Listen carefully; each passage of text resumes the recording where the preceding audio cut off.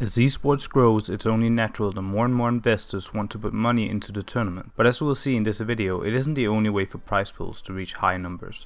Get free monies!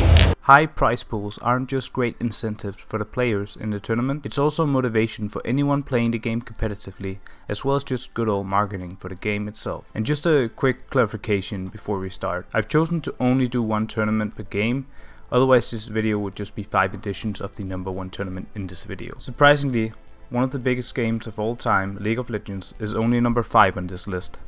The League of Legends World Championship in 2018 had a prize pool of around $6.45 million.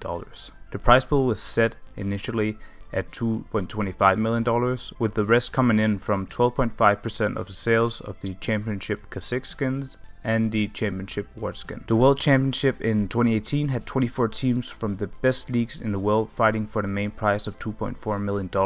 The winners of this tournament were Invictus Gaming from China, with the runner-ups Fnatic from the UK winning $870,000. League of Legends has always had great production value, and there's no doubt that a lot of money went into the production of this tournament.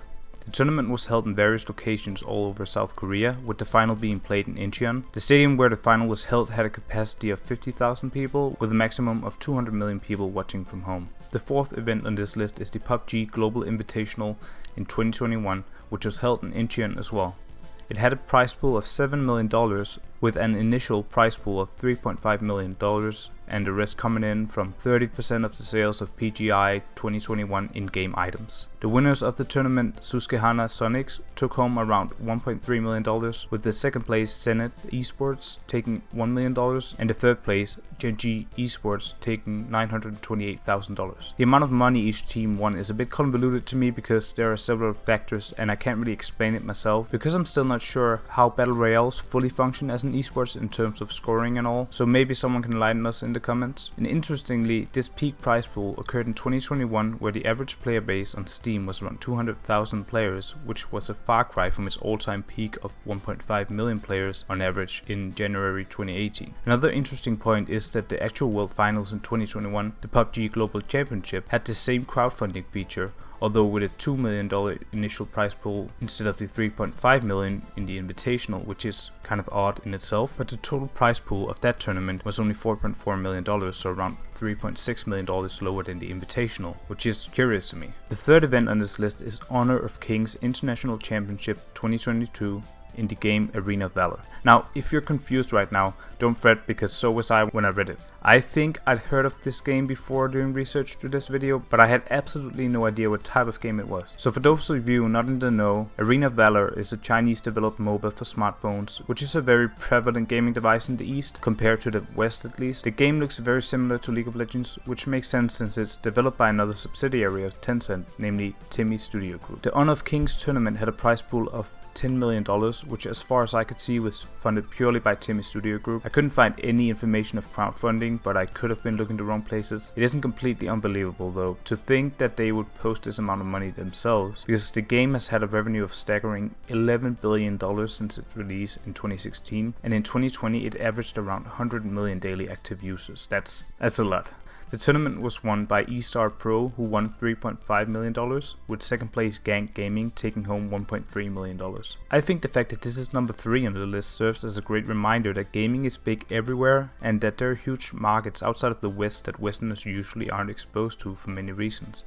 One of them being the cultural differences in terms of which gaming device people choose to play on, and another could just be how games are marketed and the actual content of the game. In second place we have Fortnite World Cup Finals in 2019 in the solo category. The prize pool of this tournament was around $15 million, and the winner, Uga, took home $3 million, with second place Som taking $1.8 million and third place Epic Whale getting $1.2 million.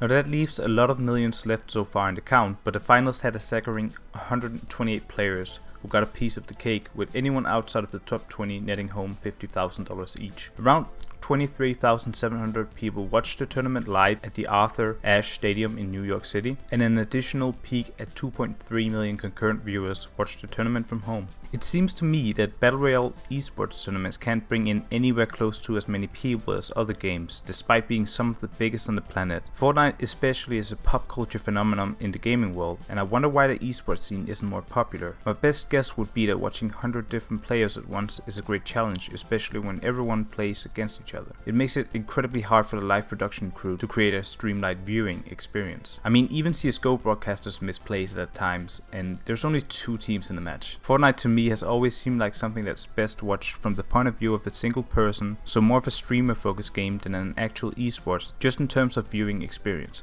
But I still respect that people enjoy it, and it is always awesome to see companies invest in the esports scenes and their community. There were also other formats at this tournament, such as Duos, Creative Cup, where players competed in various game modes like King of the Hill and Prop Hunt, and Pro-Am, which was a streamer event where all the prize money went to charity. All of the events had a collective prize pool of $30 million.